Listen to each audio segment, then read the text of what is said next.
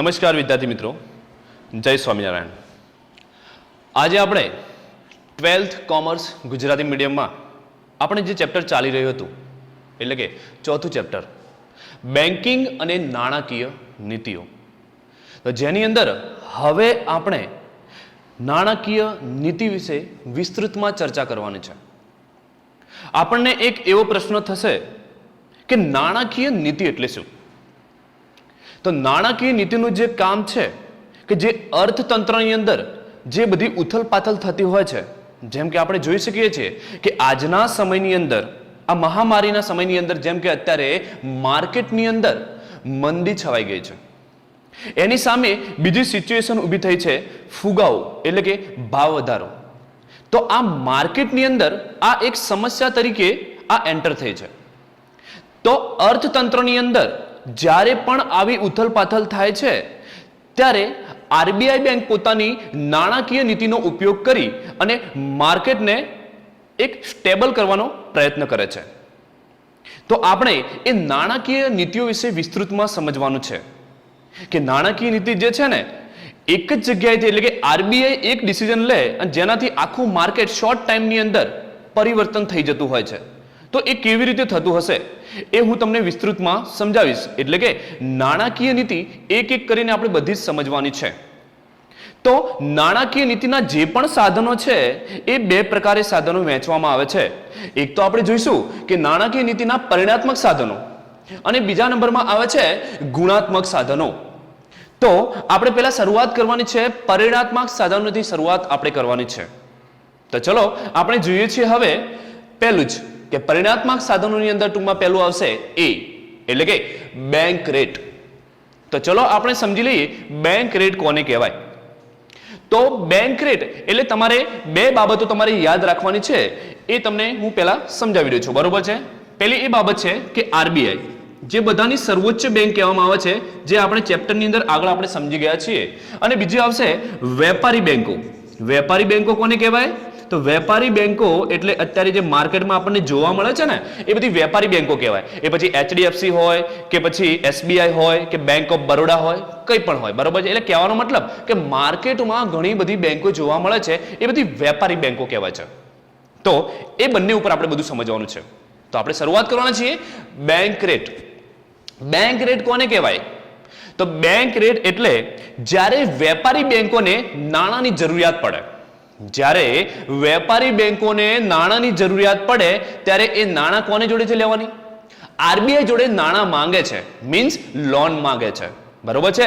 એટલે આરબીઆઈ એમને લાંબા સમયગાળા માટે, યાદ રાખજો આ ખાસ શબ્દ, કે આરબીઆઈ વેપારી બેંકોને લાંબા સમયગાળા માટે નાણાં ધિરાણ પેટે આપે છે અને એના ઉપર જે આરબીઆઈ વ્યાજ વસૂલ કરે છે જેને કહેવામાં આવે છે બેંક રેટ। બેંક રેટ એક વ્યાજ છે જે આરબીઆઈ વેપારી બેંકોને લોન આપે છે લાંબા સમયગાળા માટે, એના ઉપર જે વ્યાજ વસૂલ આરબીઆઈ કરે છે જેને આપણે કહીશું બેંક રેટ। તો બેંક રેટ ક્યારે વધારવામાં આવે છે, ક્યારે ઘટાડવામાં આવે છે, એ હવે આપણે સમજીએ। મેઇન પોઈન્ટ તો એ છે। તો યાદ રાખજો કે આપણે ફુગાવાવાળું ચેપ્ટર આપણે સમજી ગયા છીએ। ફુગાવો એટલે ભાવ વધારો, કે માર્કેટમાં જ્યારે નાણાંનો પુરવઠો વધી જાય ને એટલે કે લોકો જોડે જ્યારે પૈસાનું પ્રમાણ વધી જાય ને ત્યારે શું થાય? ભાવ વધારો થાય છે, બરોબર છે ને? ઓકે, તો એ ફુગાવો અને એની સામે બીજી સ્થિતિ છે કે જ્યારે લોકો જોડે નાણાં ઘટી જાય છે એટલે કે માર્કેટમાં નાણાંનો પુરવઠો ઘટી જાય ત્યારે માર્કેટમાં કઈ પરિસ્થિતિનું સર્જન થાય છે? તો મંદીનું સર્જન થતું હોય છે। તો આરબીઆઈ બેંક ત્યાં બેઠા બેઠા એટલે કે ત્યાંથી એક ડિસિઝન લેશે અને માર્કેટને સ્ટેબલ કરવાનો ટ્રાય કરે છે। એટલે કહેવાનો મતલબ કે એને સુધારવાનો પ્રયત્ન કરે છે। તો ચલો જોઈએ કેવી રીતે। તો આરબીઆઈ એનો બેંક રેટ જો વધારે, બેંક રેટ એનો વધારે એનો મતલબ વ્યાજ દર વધી ગયો, તો વેપારી બેંકો શું કરશે? હવે વેપારી બેંકો આરબીઆઈ જોડેથી લોન નહીં લે। કેમ? કેમ કે આરબીઆઈ હવે વ્યાજ વધારે લે છે, એટલે વેપારી બેંકો આરબીઆઈ જોડેથી ધિરાણ કે નાણાં લેતી નથી, જેના કારણે શું થયું કે જે વેપારી બેંકો જોડે જેટલા નાણાં પડ્યા છે એ નાણાં ધીરે ધીરે ખર્ચાવા લાગશે અને શું થશે? ઓટોમેટિક આ વેપારી બેંકો એટલે માર્કેટમાં કામ કરતી જે બધી બેંકો છે એમની જોડે પૈસા એટલે કે નાણાંનો પુરવઠો ઘટવા લાગશે। બીજું શું થશે કે આરબીઆઈ રેટ વધાર્યો એટલે લોન લેવાનું કોને બંધ કર્યું? વેપારી બેંકોએ બંધ કર્યું. હવે વેપારી બેંકો પણ શું કરશે? લોકોને એવું જાહેર કરશે કે હવે તમારે લોન લેવી હોય તો લોનનો રેટ વધી ગયો છે, એટલે કે વ્યાજ દર વધી ગયો છે. તો આપણે શું વ્યાજ દર વધારે હોય તો આપણે લોન લઈએ બેંકમાંથી? તો નથી લેતા, કેમ કે એટલું વ્યાજ ભરે કોણ? જે આપણને પોસાતું નથી. એટલે આપણે પણ વેપારી બેંકો જોડેથી નાણાં લેવાનું બંધ કરી દીધું. હવે તમારી જોડે જેટલો નાણાંનો પુરવઠો છે એ પ્રતિદિન આપણે જોવા જઈએ તો વપરાતો રહેશે, અને પછી શું થશે? તમારી જોડે પણ નાણાં ખૂટવા લાગશે. કહેવાનો મતલબ શું થયું કે આરબીઆઈ એનો રેટ ત્યાં વધાર્યો, જેના કારણે અસર કોના ઉપર થઈ? વેપારી બેંકો ઉપર અસર થઈ. વેપારી બેંકો ઉપરથી અસર કોના ઉપર થઈ? માર્કેટ ઉપર, એટલે કે લોકો ઉપર થઈ. અને ધીરે ધીરે માર્કેટમાં નાણાંનો પુરવઠો ઘટવા લાગ્યો. જે આપણે વાત કરી હતી ને કે નાણાંનો પુરવઠો વધી ગયો હતો, જેના કારણે ભાવ વધારો થયો હતો, ફુગાવો થયો હતો. તો હવે શું થયું? ધીરે ધીરે નાણાં ઘટવા લાગ્યા અને ઓટોમેટિક જે ભાવ વધારો હતો એ કંટ્રોલમાં આવી ગયો, એટલે કે એના ભાવ જે હતા એના એ પાછા આવી ગયા. ખબર પડી ને તમને? કહેવાનો મતલબ શું થાય છે કે નાણાંનો પુરવઠો ઘટાડવા માટે આરબીઆઈ ત્યાંથી એક ડિસિઝન લીધું અને ઓટોમેટિક માર્કેટની અંદર શોર્ટ ટાઈમની અંદર નાણાંનો પુરવઠો ઘટી ગયો. એનાથી ઉલટું આપણે જોઈએ, ચલો, કે મંદીના સમયે શું થાય? મંદીના સમયે લોકો જોડે પૈસા નથી તો પૈસા પહોંચાડવાના છે. એક આ વાત યાદ રાખવાની. આરબીઆઈ ત્યાં શું કરશે? એનો જે બેંક રેટ છે એ બેંક રેટ ઘટાડી દેશે. વેપારી બેંકો શું કરશે? વધુ લોન લેશે એની જોડે. કેમ? કેમ કે હવે વ્યાજ વધારે ભરવાનું નથી, બેંક રેટ ઘટી ગયો છે. એટલે વેપારી બેંકો શું કરશે? વધુમાં વધુ નાણાં આરબીઆઈ જોડેથી લેશે. અને વેપારી બેંકો પણ લોકો સામે શું જાહેર કરશે કે અમારો વ્યાજ દર લોનનો બહુ ઓછો છે, અમારી લોન તમે લઈ શકો છો. તમે બેંકમાં જશો અને વ્યાજ દર બહુ ઓછો હશે તો તમે શું કરશો? લોન લેશો બેંક જોડેથી, એટલે તમારી જોડે પૈસા આવ્યા. કહેવાનો મતલબ શું થયું? વ્યાજ ઘટાડ્યું એટલે શું થયું? લોકો સુધી પૈસા પહોંચ્યા, ધીરે ધીરે પૈસા પહોંચવા લાગ્યા. મંદીની સ્થિતિ એટલે લોકો જોડે પૈસા ના હોવા, તો હવે શું થયું? બેંક જોડેથી પૈસા એમની જોડે આવવા માંડ્યા. એટલે સ્થિતિ જે મંદીની હતી એ મંદી પણ સુધરી ગઈ. કહેવાનો મતલબ શું થયો કે માર્કેટની અંદર ફુગાવો હોય કે મંદી હોય, બરોબર છે, બંને સ્થિતિને કંટ્રોલમાં લાવવા માટે આ જે સાધનનો ઉપયોગ કોણે કર્યો? આરબીઆઈ કર્યો. આરબીઆઈ ત્યાંથી એક ડિસિઝન લે છે અને માર્કેટમાં સુધારા વધારા થવાની શરૂઆત થઈ જાય છે. તો વિદ્યાર્થી મિત્રો, તમને એક બીજી વાત સમજાઈ દો. આજનો સમય જે મહામારીનો ચાલી રહ્યો છે, બરોબર છે, એટલે કે મંદીનો સમય પણ ચાલી રહ્યો છે. તો એની સાથે અત્યારે આરબીઆઈ જે આપણા સરકાર દ્વારા ઘણી બધી લોન જે બહુ ઓછા વ્યાજ દરે માર્કેટમાં જાહેર કરી છે, તમને ખબર છે ને? એનો મતલબ કે લોકો સુધી પૈસા પહોંચાડવાના છે. નાણાંનો પુરવઠો માર્કેટમાં ઘટી ગયો છે એટલા માટે. તો ચલો હવે આપણે કોષ્ટકમાં સમજીએ કે કયા વર્ષની અંદર બેંક રેટ કેટલો હતો, એટલે તમે નક્કી કરી શકો હવે કે એ સમયની અંદર મંદી હશે કે ફુગાવો હશે એમ. ઓકે, તો ચલો જોઈએ આપણે 1953 ની અંદર આપણે જોઈએ કે બેંક રેટ કેટલો હતો? 3.5%. એટલે કહેવાનો મતલબ કે વ્યાજ દર બહુ ઓછો છે. તો એ સમયે મંદી ચાલી રહી હશે. ઇતિહાસમાં તમે જઈને જોજો, કદાચ આ સમયની અંદર 1953 એટલે કે આઝાદીના સમયની પછીની વાત છે, ભારતની સ્થિતિ થોડી નબળી હતી, એટલે મંદીનો સમય ચાલી રહ્યો હતો. તો આપણે જોઈ શકીએ છીએ ને અહીંયા રેટ ઉપરથી આપણને ખબર પડે કે ઇતિહાસ કેવો હશે તે. એના પછી આપણે જોઈએ કે 1981 જે થોડા સમય પછીની વાત છે, તો 10% રેટ કરવામાં આવે છે. એનો મતલબ કે ફુગાવો આવી ગયો હશે, જેના કારણે માર્કેટમાં નાણાં ઓછા કરવાના હશે, એટલે એ શું કર્યું? રેટ વધાર્યો. એના પછી 1991 ની અંદર 12% એ બેંક રેટ કરવામાં આવ્યો. એનો મતલબ શું થયું? એનો મતલબ એ જ થયો કે એનાથી પણ વધારે ભાવ વધારે, એટલે કે ફુગાવો થઈ ગયો હતો, જેના કારણે માર્કેટમાં નાણાંને કંટ્રોલ કરવા માટે રેટ એનાથી પણ વધારે છે. અને એના પછીની સ્થિતિ અત્યારે, એટલે કે જે અત્યારે આપણે વર્તમાન કહી શકીએ સ્થિતિ, બરોબર, 2016 ની સ્થિતિ છે. તો એની અંદર 7% બેંક રેટ કરવામાં આવે છે. એનો મતલબ શું થયો? એનો મતલબ એ જ થયો કે માર્કેટની અંદર શું ચાલી રહ્યું છે? તો માર્કેટની અંદર મંદીની સ્થિતિ થોડી આવી ગઈ છે. એટલા માટે એ રેટ 12%થી કેટલો કરવામાં આવ્યો? 7% કરવામાં આવ્યો. એટલે આપણે કહી શકીએ છીએ કે માર્કેટમાં તેજી, જે મીન્સ કે મંદી કે ફુગાવો ચાલી રહ્યો છે, બરોબર છે, એ આપણે આ કોષ્ટક ઉપરથી નક્કી કરી શકીએ છીએ. હવે આના ઉપરથી તમને ખબર પડી ગઈ હશે કે આખું માર્કેટ એ આરબીઆઈ ઉપર ટકી રહે છે. કોની ઉપર ટકી રહે છે? આરબીઆઈ ઉપર ટકી રહે છે. અને આરબીઆઈના ડિસિઝન લે છે એના ઉપરથી જ બધું નક્કી થતું હોય છે. તો આપણે પહેલું સાધન આપણે સમજ્યા બેંક રેટ.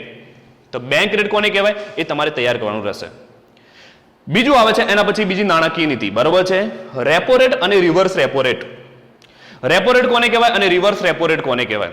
તો રેપો રેટ એટલે બેંક રેટ અને રેપો રેટની અંદર બહુ નોર્મલ ડિફરન્સ છે, એટલે કે માઇનર ડિફરન્સ છે, બરોબર છે. એની અંદર આપણે જોઈએ કે જ્યારે વેપારી બેંકોને નાણાંની જરૂરિયાત પડે ત્યારે ટૂંકા સમયગાળા માટે, પેલામાં લાંબો સમયગાળો હતો, જ્યારે રેપો રેટમાં શું હોય છે? ટૂંકા સમયગાળા માટે આરબીઆઈ જોડેથી જે ધિરાણ લે છે બરોબર છે, અને એના ઉપર આરબીઆઈ વ્યાજ વસૂલ નથી કરતી, પણ એના ઉપર શું હોય છે, તો એના ઉપર એક વટાવના દરે આપે છે. વટાવનો દર એટલે રેપો રેટ. વટાવનો દર એટલે રેપો રેટ એ વ્યાજ કરતા કંઈક અલગ હોય છે. બરોબર છે.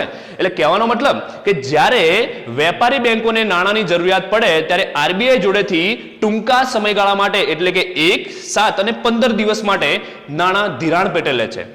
અને એ જે વટાવનો દર છે એને કહેવામાં આવે છે રેપો રેટ. રેપો રેટ વધુ હોય તો શું થાય? બધાનું કામ એક જ છે.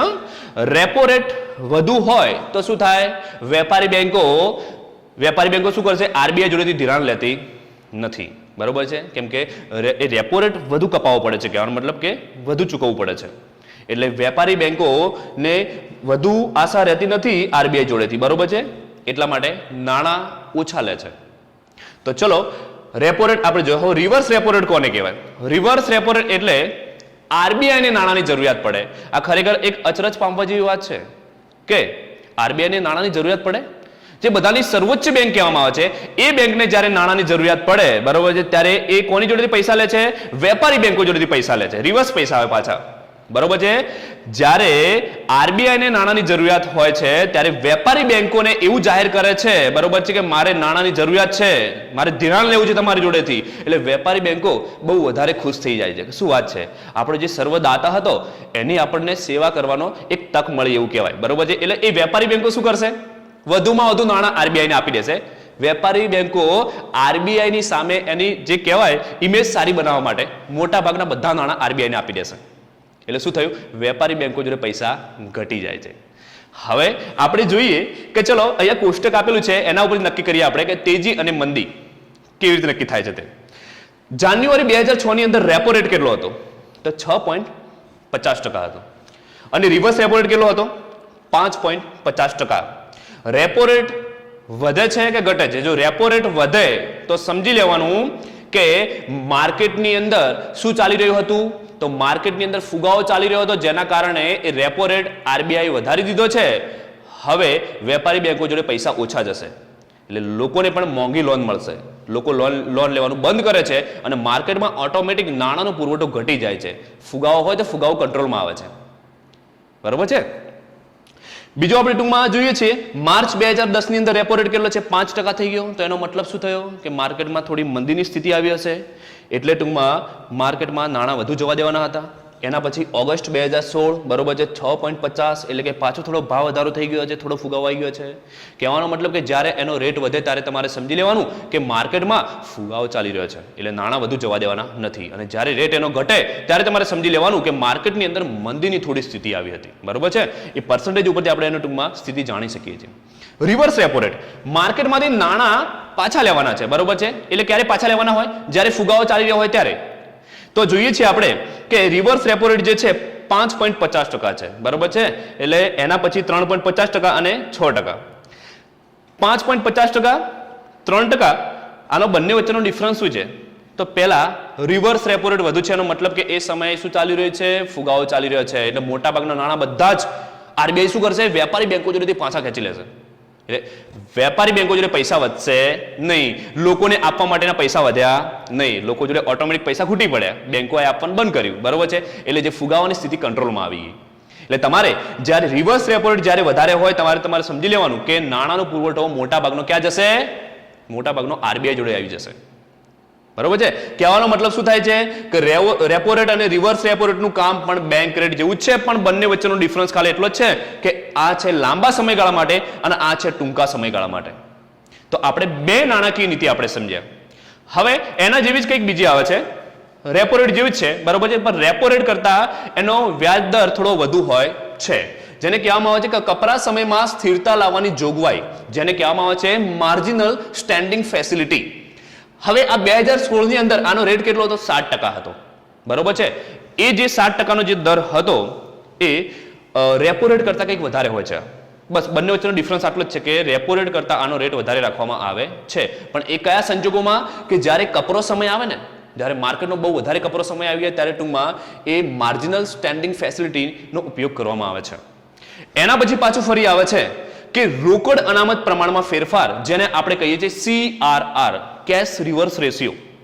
તો આ CRR તો આપણે આગળ સમજી ગયા છીએ, કદાચ તમને ખબર હશે, આપણે વાત કરી હતી ને કે નાણાંનો પુરવઠો બેંકો માર્કેટમાં કેવી રીતે વધારે છે એની આપણે વાત કરી, શાક સર્જન જેને આપણે કહેતા હતા, બરોબર છે. તો એ શાક સર્જન જે છે એમાં CRR બેંક જોડે 1000 રૂપિયા ખાલી આવે છે. વેપારી બેંકો જોડે 1000 રૂપિયા આવે તો એ વેપારી બેંકો તમને એના ઉપર વ્યાજ આપે છે. તો વેપારી બેંકો શું એમના ઘરના પૈસા તમને આપતી હશે? તો આપણે વાત કરી હતી કે ના, એ શું થાય, એ પૈસા વેપારી બેંક શું કરે, કોઈ બીજા વ્યક્તિને લોન આપે છે અને એના ઉપર વધુ વ્યાજ વસૂલ કરે છે. તમને ખાલી 3 કે 4% વ્યાજ આપવાનું હોય, જ્યારે એ જ પૈસા ઉપર, એ જ પૈસા એટલે કે એ જ રૂપિયા ઉપર તમારા 1000 ઉપર એ બેંક 1000 ની લોન કોને આપશે? બીજા વ્યક્તિઓને આપશે અને એના ઉપર વધુ વ્યાજ લે, 8 થી 10% વ્યાજ લેશે. તમને એમાંથી ખાલી કેટલા ટકા આપવાના? 4% જ આપવાના, બાકી બધા બેંકના પૈસા. એટલે બેંક પૈસા કમાય છે, જે આપણે આગળ જોઈ ગયા હતા. પણ કહેવાનો મતલબ કે નિયમ છે RBI નો કે બેંક જોડે જેટલા પણ નાણાં હોય, જેટલા પણ રૂપિયા હોય, એ બધા નાણાંનું ટૂંકમાં બીજી જગ્યાએ ઇન્વેસ્ટમેન્ટ ના કરી શકે. કેમ કે બીજા વ્યક્તિ મીન્સ જે વ્યક્તિએ પૈસા મૂક્યા છે બેંકમાં, એમને નાણાંની જરૂરિયાત પાછી પડશે તો એ ગમે ત્યારે આવીને બેંકમાં ઉપાડી જશે પૈસા. તો બેંક જોડે પૈસા તો હોવા જોઈએ ને. એટલે એને કહેવામાં આવે છે રોકડ અનામતનું પ્રમાણ. એટલે કે બેંકની અંદર એક્ઝામ્પલ 1000 રૂપિયા આવ્યા તો RBI ના નિયમ પ્રમાણે CRR cash reverse ratio, RBI ના નિયમ પ્રમાણે ચલો 20%, તો 20% એટલે 1000 માંથી 20% આપણે કાઢવા જઈએ એટલે 200 રૂપિયા થાય. 200 રૂપિયા વેપારી બેંકો એમની બેંકમાં જ પડ્યા રાખશે રોકડ અનામત, બરોબર છે, અને 800 રૂપિયાનું નવું ધિરાણ આપશે. કહેવાનો મતલબ શું થાય છે કે અમુક ટકા બેંક જોડે અનામત રાખવા પડે. એ પર્સન્ટેજ કોણ નક્કી કરે છે કે 20% કે 30% કે 10% જે પણ હોય એ RBI નક્કી કરે, બરોબર છે. તો RBI ક્યારે CRR ની પર્સન્ટેજ વધારશે અને ક્યારે ઘટાડશે?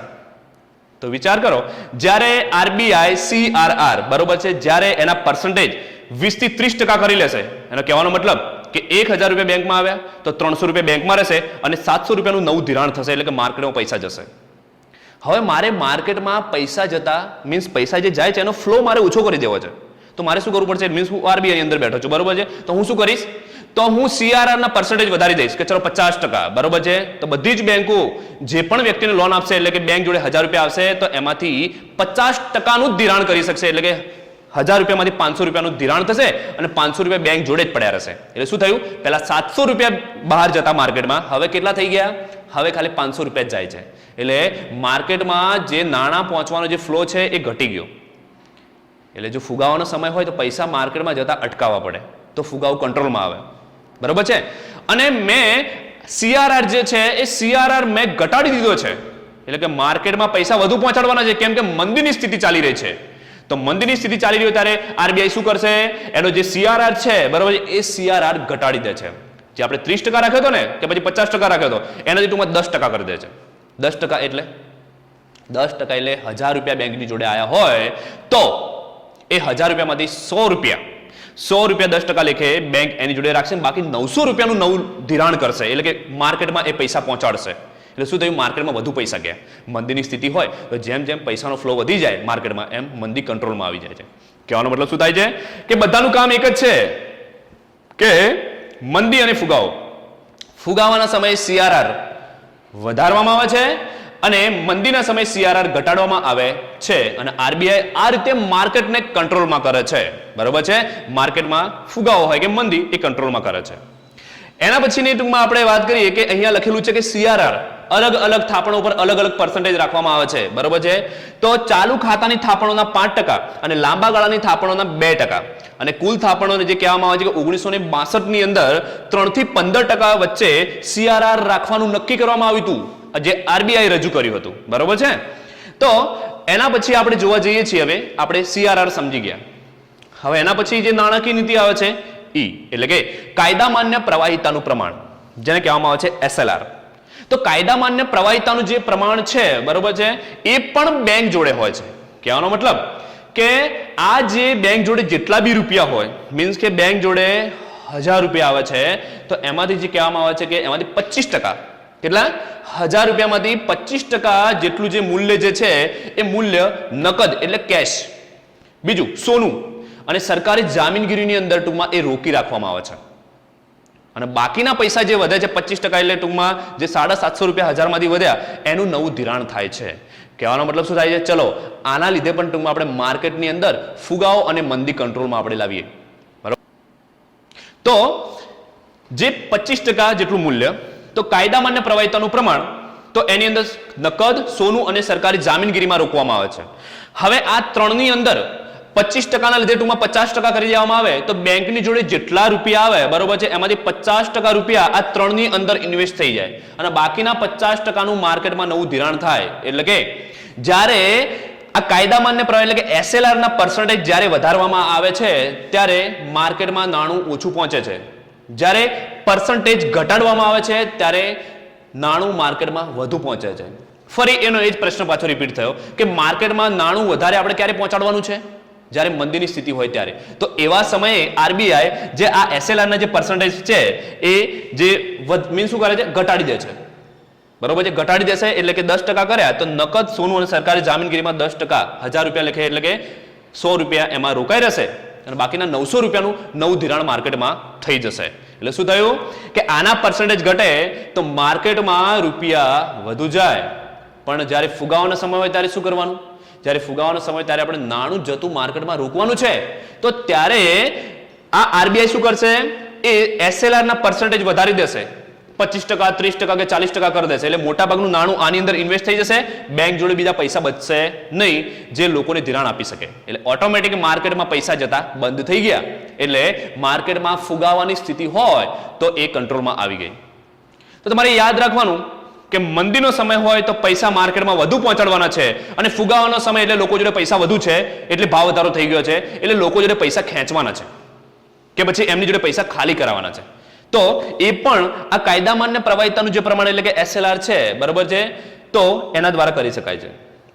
એના પછી આવે છે ખુલ્લા બજારના કાર્યો, બરોબર છે, કે આરબીઆઈ જે સરકાર પાસેથી જામીનગીરી ખરીદે છે, બરોબર, ત્યારે શું થાય? નાણાંનો પુરવઠો વધે છે, બરોબર છે, અને જ્યારે આરબીઆઈ જે ખુલ્લા બજારમાં જ્યારે વેચે ત્યારે નાણાંનો પુરવઠો ઘટે છે. બસ આટલું યાદ રાખવાનું છે એમાં.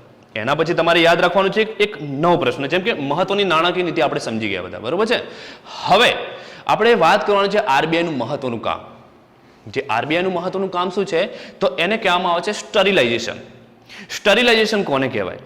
કે એ જે નાણાંનો પુરવઠો એટલે કે અત્યારે તમને કદાચ ખબર હશે કે ભારત દેશની અંદર જે પણ ડોલર છે અને એની સામે જેટલા રૂપિયા છે, તમને પ્રશ્ન થાય છે ક્યારે આવો કે આ બધા ડોલર, $1 બરાબર 70 રૂપિયા ક્યારે થયા? મીન્સ 65 રૂપિયા કેમ થઈ જાય છે?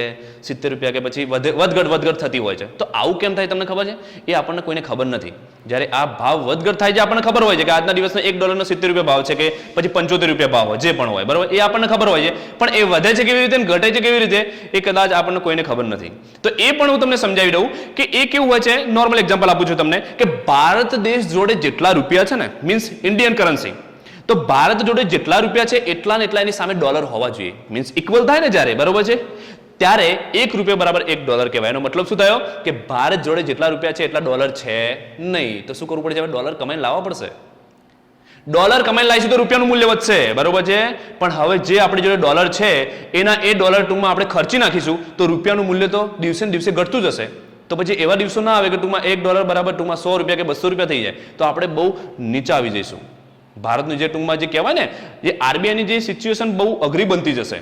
એટલા માટે શું કરે છે આરબીઆઈ કે ભારત દેશમાં જેટલા બી ડોલર આવેલા છે એનો ખર્ચ થવા દેતી નથી. યોગ્ય જગ્યાએ ખર્ચ થાય છે, પણ મોજ શોખની ચીજ વસ્તુઓ ઉપર ખર્ચ કરવા માટે આરબીઆઈ પરમિશન ના આપે.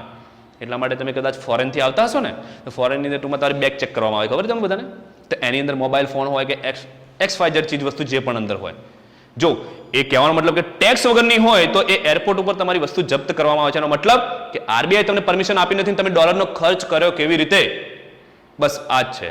એટલે આરબીઆઈ એ જે કહેવામાં આવે છે કે સ્ટરીલાઇઝેશનની જે નીતિ છે એ અપનાવે છે કે રૂપિયો એટલે કે એક સરવૈયું કહેવાય, એક સરવૈયું, એ સરવૈયું ખોરવાય ના જાય, રૂપિયાનું મૂલ્ય ઘટી ના જાય એ માટેના પ્રયત્નો કરે છે.